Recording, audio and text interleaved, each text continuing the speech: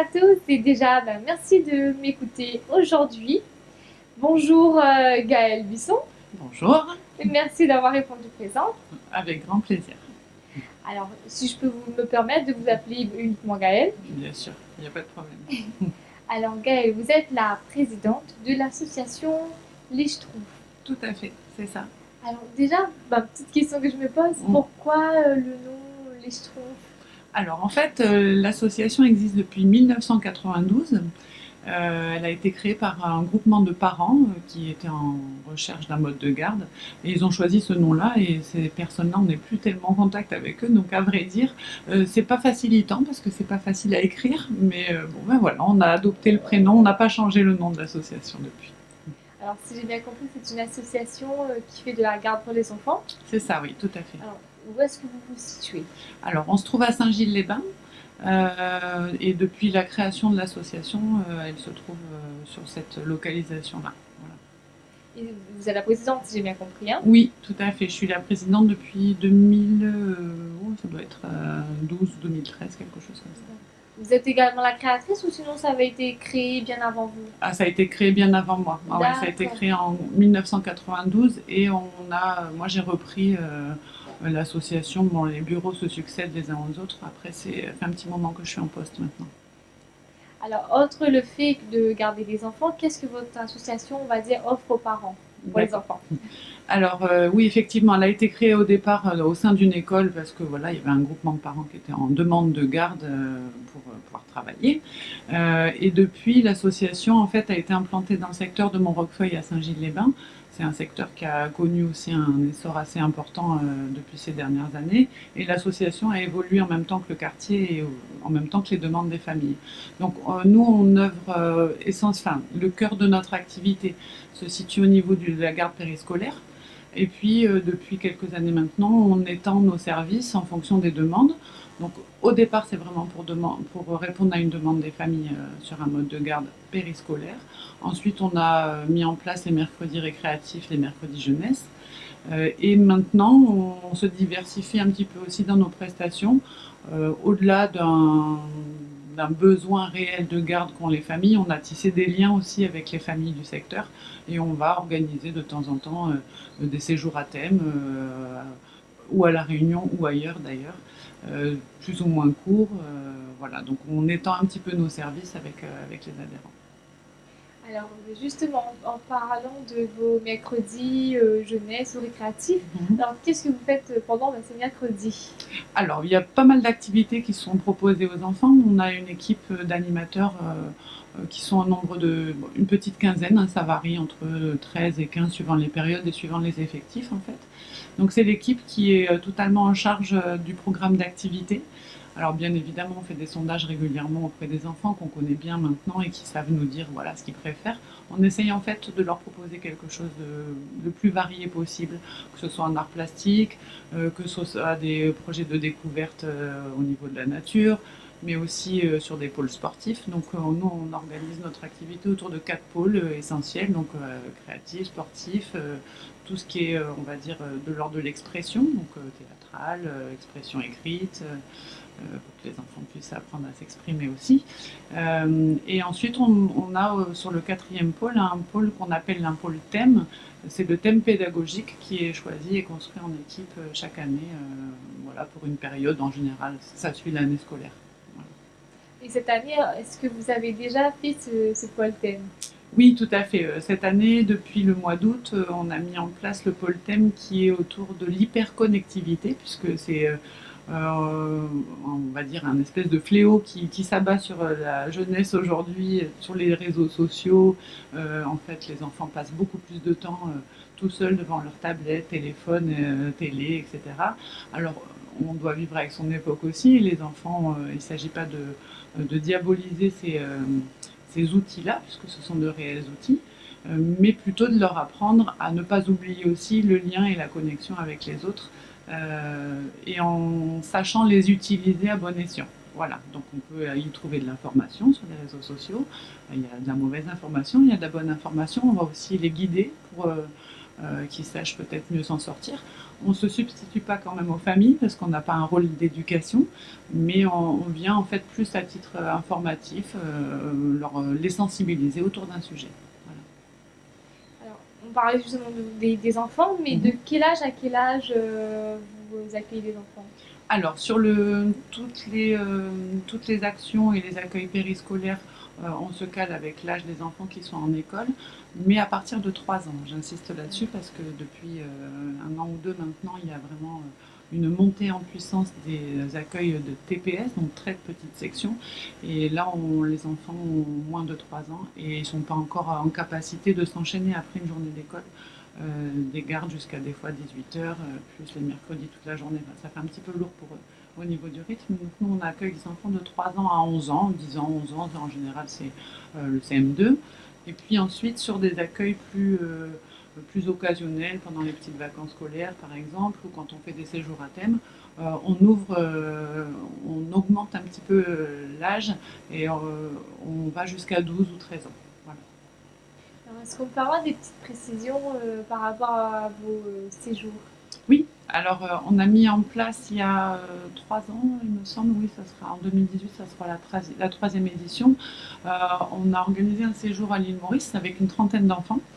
Ça a connu un grand succès. On a vraiment passé un très bon moment avec eux et les familles et les enfants étaient ravis. Donc l'année d'après, bon, on l'a reconduit ce séjour et puis cette année on le reconduit encore. Donc on va en faire un peu un pilier, je pense. Le mois de mars est en plus une période qui est complètement adaptée pour bien profiter de l'île Sœur. Voilà. Et puis au mois de mai, on organise un séjour plus branché nature ici à La Réunion, parce qu'il y a quand même 1000 trésors à découvrir à La Réunion. Et les enfants n'ont pas toujours l'occasion finalement de partir en expédition plusieurs jours. Donc l'année dernière, on a organisé quelque chose à Sillaos. Voilà, donc cette année, on pense le reconduire également, parce que Sillaos, en une semaine, ben, c'est vaste, on aura plein de choses à y faire. Voilà, et en général, sur les séjours du mois d'octobre, des petites vacances, on reste sur site, c'est juste après la rentrée scolaire. Les enfants besoin de s'approprier les lieux du secteur. Ensuite, on organise des sorties à thème à la journée. Donc, on va visiter un maximum de sites ici à La Réunion. Alors, autre que ces jours, y a-t-il d'autres grands événements que vous faites peut-être une fois par année ou régulièrement au cours de l'année? Alors, ça dépend des années, en fait. J'ai envie de vous dire que toutes les actions qui sont organisées naissent de la motivation de l'équipe. Alors, comme l'équipe change, il y a, on va dire, à peu près 7 personnes qui sont fixes et on va dire, qui constituent un noyau. Et puis ensuite, chaque année, bah voilà, il y a des personnes qui viennent nous accompagner, qui travaillent avec nous pendant 2, 3, 4, 5, 6 mois, mais l'année d'après, ils changent. Donc, c'est ça aussi qui permet de se diversifier et de ne pas s'encrouter dans des certitudes et puis dans des habitudes. Donc là, pour répondre à votre question, par exemple, cette année, on organise une tombola, on fait des matinées, par exemple là, le 20 décembre pour la fête CAF, on organise un accueil avec tout un tas d'activités qui sont en train de se mettre en place et de se travailler là en équipe aujourd'hui, pour proposer de fêter la fête CAF avec les enfants et de les sensibiliser autour de l'histoire aussi de la Réunion et des origines de cette fête. Alors, par rapport à la tombola, est-ce que c'est Oui. réservé uniquement, je veux dire, aux parents, par exemple, des élèves, ou un autre type de public peut être aussi accueilli? Non, alors bien évidemment, quand on organise ce type d'événement, on va le communiquer à nos adhérents parce que ben, voilà, on a leur contact, leurs coordonnées, mais le bouche à oreille à La Réunion, ça marche quand même pas mal. L'idée, c'est de laisser la possibilité à n'importe qui voudrait participer à un de nos ateliers ou de nos activités et qui a envie d'en faire profiter son enfant puisse le faire, donc on n'est absolument pas fermé. Les seuls accueils finalement pour lesquels on est, on va dire, plus bloqué, c'est sur les accueils périscolaires qui accueillent principalement les enfants qui côtoient l'école dans laquelle on est implanté. Et la tombola, est-ce que ça va se dérouler au sein de votre on va dire, association ou dans un autre environnement? Oui, la tombola, alors nous on est en partenariat avec la commune de Saint-Paul qui nous prête gracieusement les locaux de l'école. Et c'est vrai qu'on organise la plupart de nos activités sur ce site-là. Après, ça nous est déjà arrivé d'organiser des choses ailleurs. Pour la tombola, ça sera le 16 décembre, c'est un samedi matin, donc on organise une matinée récréative où il y aura un peu comme un type de kermesse, si vous voulez, plein d'ateliers, des stands. Les enfants aussi qui ont côtoyé le centre pendant quelques années nous continuent à nous suivre, même quand ils sont partis au collège, qu'ils ont grandi, muets, donc on les voit se transformer aussi, mais ils gardent un lien avec nous et ils viennent nous donner un petit coup de main sur ces matinées-là et ils aiment bien revenir, retomber un petit peu en enfance. Alors, étant donné que vous fêtez, enfin, vous allez plutôt fêter la fête CAF, si je peux me permettre de vous poser la question, est-ce que vous pensez réaliser une petite activité ou autre dans le cadre de Noël? Oui, complètement. Bien sûr, alors Noël, c'est un événement qu'on ne peut pas manquer. Et puis les enfants, là, la pression monte, hein, l'excitation arrive à grands pas. Bien sûr, à Noël, on le célèbre aussi. On essaye aussi de s'accorder et puis de rester cohérent avec ce qui est fait dans l'école, puisque encore une fois, c'est dans ces locaux-là qu'on évolue. Donc, en partenariat avec la direction de l'école, ils ont fixé une date qui est au 19 décembre. Et ensuite, quand la classe s'arrête à 14h45, nous, on va prendre le relais en restant dans quelque chose de festif sur cette date-là. Et on ouvre aux familles. On propose un petit spectacle. On travaille avec l'atelier guitare, qui est donc représenté par Dimitri Garigou, qui, lui, donne des cours de guitare aux enfants tout au long de l'année. Et le jour du spectacle de Noël, il propose de mettre en scène ses élèves autour de quelques morceaux, voilà, avec quelques instruments. Donc voilà, c'est en train de se préparer, mais ça aura lieu le 19 décembre. Très bien. Alors, au niveau de projets, peut-être de futurs événements pour les années à venir, pardon, est-ce que vous en avez? Alors, nos projets, ils sont vraiment guidés aussi par tout ce qui est du cadre légal des rythmes scolaires. Là, on est en plein chamboulement. L'année dernière, ça a été un petit peu... on attendait de savoir à quelle sauce on allait être mangé. Ça prend beaucoup de notre énergie aussi. Du coup, les projets, on a des idées à foison. Mais on garde vraiment beaucoup de distance par rapport à ça parce qu'ils ne peuvent exister que si ils répondent à une vraie demande déjà pour commencer. Et donc là, on est en attente d'une révolution au niveau des rythmes scolaires, certainement pour la rentrée du mois d'août 2018. Donc nous, on établit, on va dire, une espèce de planning, on projette quelques actions sur l'année scolaire qui est en cours et on le prend un petit peu au jour le jour. On anticipe sur un mois ou deux, on va dire. Et puis ensuite, quand une nouvelle année commence, nous, on se réunit pendant les grandes vacances, en fait, pour travailler là-dessus et puis voir avec les nouvelles énergies qui arrivent. On laisse la place aussi aux animateurs qui intègrent notre équipe de pouvoir avoir leur mot à dire et qui se sentent accueillis et que leur projet puisse être propulsé et voir le jour également. Alors, ce sera l'occasion de vous faire revenir une seconde fois pour nous en parler de vos futurs projets. Avec grand plaisir. Mais pour l'instant, j'ai une autre question. Vous m'avez dit qu'il y avait une évolution au sein de votre association, les Schtroumpfs. Alors, personnellement, vous, qu'est-ce que vous avez vu évoluer positivement ou peut-être pas? Alors, finalement, ce qui a le plus marqué l'évolution de l'association, c'est qu'elle a grandi. Elle a grandi parce qu'elle a été au départ implantée dans une école qui a fermé. Donc, il y avait une trentaine d'enfants qui utilisaient le service de périscolaire. Et puis ensuite, elle a été délocalisée dans le quartier de Montroquefeuille. Et c'est un quartier qui a grandi en quelques années. Et bien sûr, l'association a été sollicitée par les familles, puisque c'était la seule qui était implantée dans ce quartier-là. Donc nous, on a fait face à ça aussi. Bon, ça nous a permis d'évoluer. Donc finalement, la plus grosse évolution, et je trouve qu'elle est positive, c'est, on va dire, la taille. La taille et puis le nombre des adhérents qui sont accueillis. Et ensuite, bien évidemment, ça nous a demandé aussi de nous professionnaliser. Donc ça, c'est ce que j'ai trouvé aussi très positif, notamment pour les gens qui travaillent au quotidien. Moi, j'ai commencé comme animatrice dans cette association. J'ai eu un peu tous les postes, hein, bénévole, animatrice, directrice, et puis présidente aujourd'hui. Et on forme le personnel. Donc ça, c'est vraiment quelque chose qui est primordial parce que maintenant tout se professionnalise. On peut plus. L'animation, on a tendance à penser que c'est quelque chose de facile, mais ça demande aussi des techniques, ça demande beaucoup de dynamisme. Voilà. voilà, donc aujourd'hui, les animateurs qui travaillent avec nous depuis plusieurs années et qui n'avaient pas eu de formation, eh ben, on les emmène vers des formations qui sont ciblées, des choses qui leur plaisent vraiment, parce que dans l'animation, il y a plusieurs types de formations qui existent. Et puis ensuite, ben, pour répondre aussi au cadre légal, ben, c'est nécessaire d'avoir des personnes qui sont vraiment diplômées, dont c'est le métier. Alors, je vais vous poser une petite question un petit peu personnelle. Oui. Alors, étant donné que vous m'aviez dit que vous avez commencé tout d'abord en tant que bénévole, ensuite animatrice, maintenant présidente, qu'est-ce qui vous a autant motivé pour continuer à garder cette aventure avec les Schtroumpfs? Alors, le tout démarrage, mes enfants étaient scolarisés dans cette école quand elle l'a ouvert, en fait. Et moi, je ne travaillais pas à cette époque-là et j'ai tout simplement voulu aussi m'investir dans la vie de l'école parce que pour moi, ça faisait vraiment partie de la vie de l'école. Donc, comme la plupart des parents qui sont intervenus à un moment ou à un autre dans cette association, elle vient du fait qu'on a envie que nos enfants bénéficient d'un service qualitatif et puis de savoir comment ça se déroule.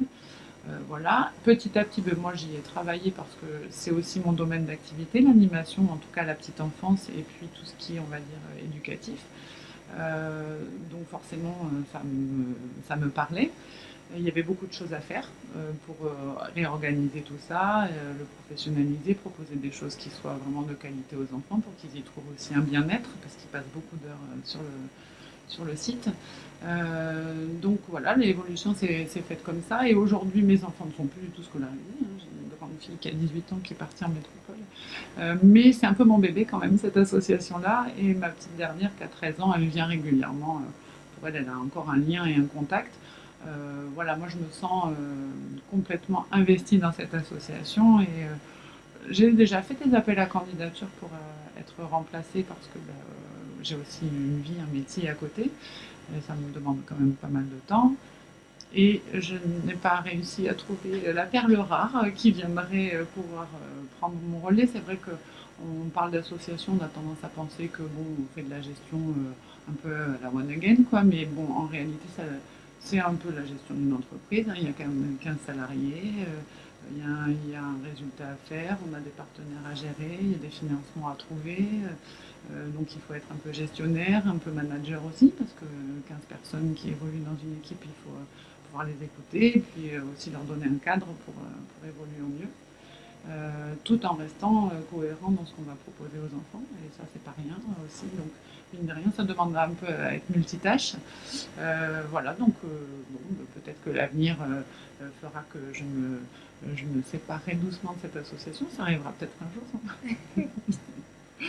Alors, si je ne me trompe pas, vous avez un site où on peut voir un petit peu votre association. Est-ce qu'on peut en voir, on va dire, l'adresse ou le lien de votre site? Alors là, en tête, je ne l'ai pas. Ça doit s'appeler Association Les Schtroumpfs. Voilà, je pense que c'est ça, oui. Il a été créé, en fait, c'est une directrice qui est en poste et qui s'occupe vraiment d'animer et de mettre à jour ce site. Donc il est à jour toute l'année. Association Les Schtroumpfs, dans l'Ouest, il n'y en a qu'une, c'est la nôtre. Voilà, et puis on a récemment aussi ouvert une page Facebook que je fais vivre. Alors c'est très récent, ça date de peut-être une dizaine de jours. J'essaye d'alimenter le mieux que je peux. Mais en même temps, il faut voilà, que je reste très vigilante sur la diffusion des photos des enfants. Donc ça n'arrivera pas. Ou alors les visages sont masqués, ou on met des petites étoiles dessus, ou on floute les visages. Mais c'est une bonne solution parce qu'encore une fois, voilà, ce sont des outils qui sont quand même performants pour communiquer. Les affichages, ça marche pas très bien. Et puis voilà, ça permet notamment aux utilisateurs de savoir un peu ce qui se trame dans la semaine et comment ça se passe. Voilà. Alors, en parlant de communiquer toujours, si on a envie de participer à votre association, que ce soit bénévolement, pardon, ou devenir partenaire, est-ce qu'il y a un moyen de vous joindre par téléphone ou peut-être par mail? Oui, bien sûr, tout à fait. Donc déjà sur Internet, toutes les informations sont assez faciles à trouver, notamment sur le site. Le site est quand même très bien, très clair, très bien fait parce qu'il permet de savoir quels sont les différents services que l'on propose,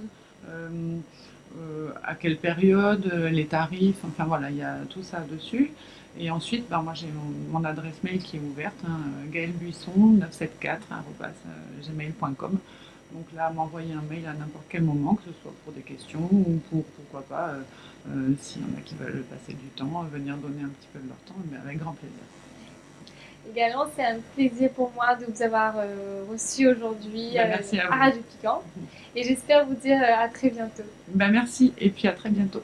Au revoir. Auditeurs, auditrices, c'était l'association Les Schtroumpfs et comme invité, Gaël Buisson.